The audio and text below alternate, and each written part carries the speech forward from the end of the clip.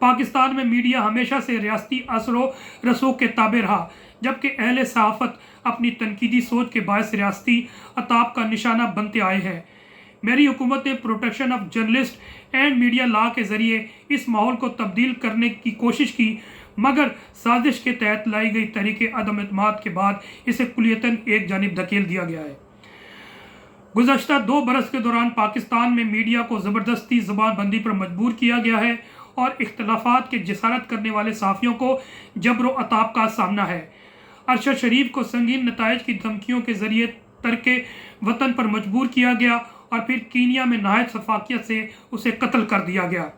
Doctor Moeed Pirzada, صابر شاکر اور وجاہت سعید اور دیگر پاکستانی صحافی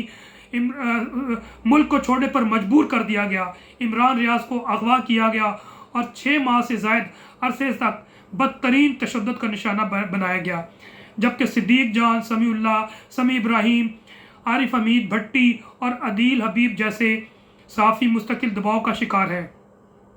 کون ہے جو ہمارے دستور اور عالمی معاہدوں کے تحت ہم پر عائد ذمہ داریوں کو کھلے عام پیروں تلے رونتے ہوئے ملک میں اس منظم ریاستی جبر و فسطائیت کا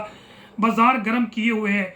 میڈیا کے خلاف جاری یہ کریک ڈاؤن اور دھونس، دھمکی، ڈر، خوف اور دیگر فسطائی حربوں کے ذریعے اہل صحافت کی زبان بندی ہماری جمہوریت اور آزادی اظہار پر بھی ایک کھلا حملہ ہے۔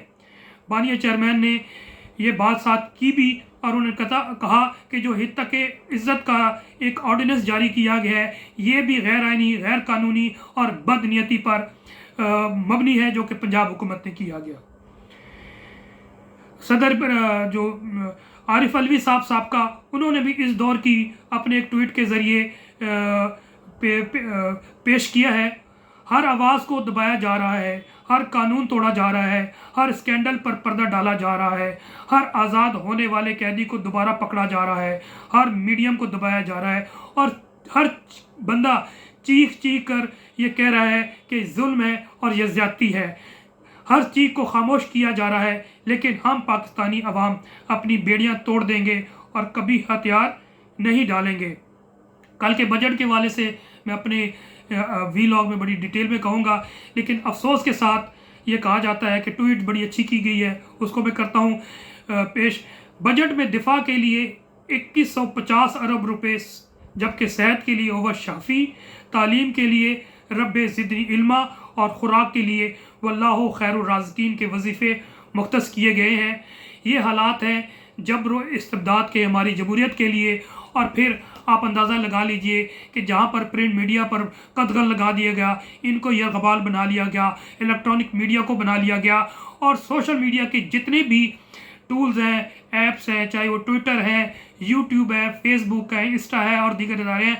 آہستہ آہستہ ان کو کنٹرول کرنے کی پوری کوشش کی جا رہی ہے، اور اب تک 40 ارب روپے اس پہ لگا چکے ہیں، جبکہ غریب کے لیے کچھ نہیں ہے۔ ان پر ٹیکس پہ ٹیکس ڈائریکٹ اور انڈائریکٹ لگائے جا رہے ہیں، جبکہ فائر وال کے ذریعے 50 ارب روپے مزید خرچ کیے جا رہے ہیں کہ کسی طرح ہم کنٹرول کر لیں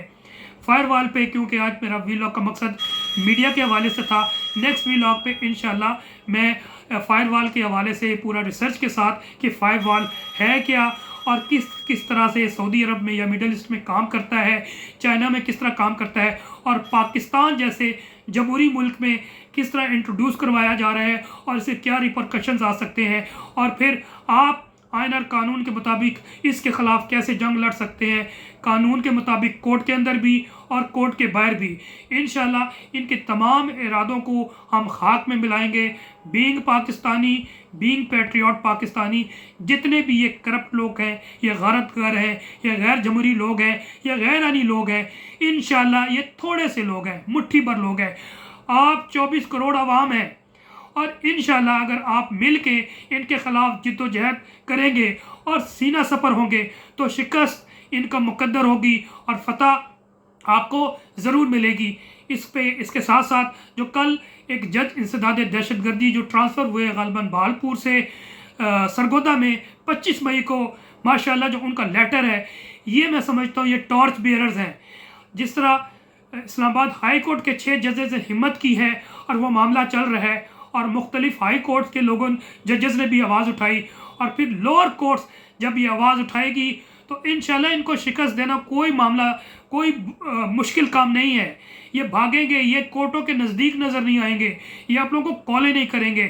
ہمت کریں تو انشاءاللہ جب ہمت پیدا ہوتی ہے تو آپ ان تمام ڈرپوک لوگوں کو، یہ ڈرپوک ہوتے ہیں کیونکہ چور جو ہے نا اس وقت چوری کرتا ہے جب تک آپ کھڑے نہیں ہوتے۔ آپ کھڑے ہو جائیں چوروں کے سامنے، ڈکیتوں کے سامنے،